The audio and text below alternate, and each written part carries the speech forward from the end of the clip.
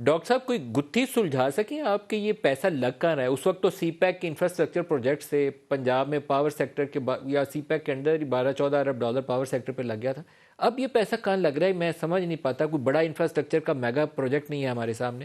اتنا قرضہ کیوں بڑھ گیا؟ ڈھیروں ڈھیر بڑھ دیکھیے رہا ہے. اس کی وجہ یہ بھی ہے کہ آپ دیکھیے کہ جو ہمارے مشینری کی امپورٹ ہے وہ 17-18 میں مناسب لیول پہ تھی، خاص طور پہ چونکہ آپ پاور جنریشن اکوپمنٹ کر رہے تھے درآمدات، مگر 18-19 میں کافی گراوٹ آئی، 19-20 میں تو اور گراوٹ آئی، کچھ ریکوری ہوئی 20-21 میں جبکہ اسٹیٹ بینک نے اچھے فائنینسنگ پیکجز لے آئے، ٹرف فیسلٹی وغیرہ.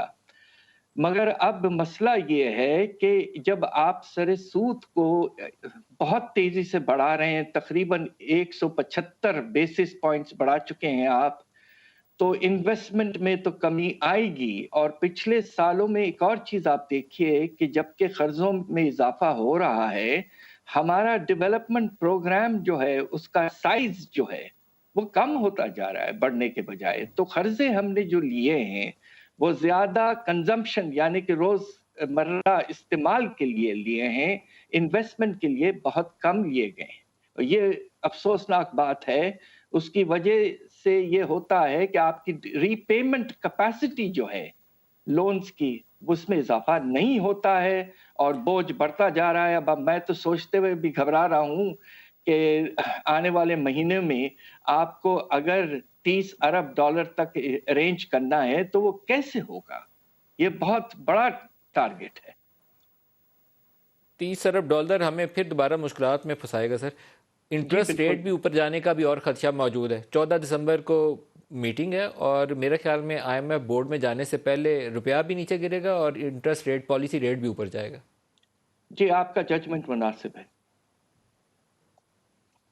تو اس کا مطلب ہے سر کہ ہم ہارڈ لینڈنگ کی طرف دوبارہ بڑھ رہے ہیں. بڑی مشکل سے نکلے تھے 3 سال کی ایڈجسٹمنٹ کے بعد، بہت تیزی سے دوبارہ اسی کی طرف جا رہے ہیں. جی وہی وجہ، سب سے بڑی وجہ یہ ہے جو حکومت بالکل ٹھیک کہتی ہے کہ باہر کی قیمتوں میں بے تحاشا اضافہ ہوا. اب آپ دیکھیں تیل کی قیمت 40 سے 80 ڈالر کے اوپر چلی گئی ہے، اب 76 ڈالر پہ ہے، مگر ہر چیز کی قیمت بے پناہ بڑھی ہے اور اس کے نتیجے میں آپ کا تجارتی خسارہ ریکارڈ لیول تک پہنچ چکا ہے. 2017-18 کے جو ہر مہینے کے جو خسارہ تھا وہ اس سے کم تھا جو پچھلے ڈاکٹر صاحب آپ کو مہینے یہ نہیں ہوا ہے. لگتا کہ اسٹیٹ بینک زیادہ مناسب طریقے سے، زیادہ پروڈنٹلی ایکسچینج ریٹ کو اور انٹرسٹ ریٹ کو مینج کر سکتا تھا؟ اس انفلیشنری پریشر سے ہم بچ سکتے تھے، ٹریڈ ڈیفیسٹ کے اوپر نظر رکھی جا سکتی تھی. ہم نے صرف جی ڈی پی 5 کرنے کے چکر میں سارا کچھ آنکھیں بند کیے رکھا. جی آپ بالکل ٹھیک کہہ رہے ہیں. دیکھیے بات یہ ہے کہ مئی جون کے بعد سے یہ اندازہ ہو چکا تھا کہ تجارتی خسارہ بہت بڑھ رہا ہے. ہمیں ساتھ یہ ہوا کہ ہم پچھلے سال جو تقریباً 9-10 مہینے بڑے خوش رہے کہ ہم کرنٹ اکاؤنٹ سرپلس میں ہیں، مگر مئی کے بعد سے جو آپ کے تجارتی خسارہ میں نمایاں طور پر اضافہ ہوتا ہوا نظر آ رہا تھا.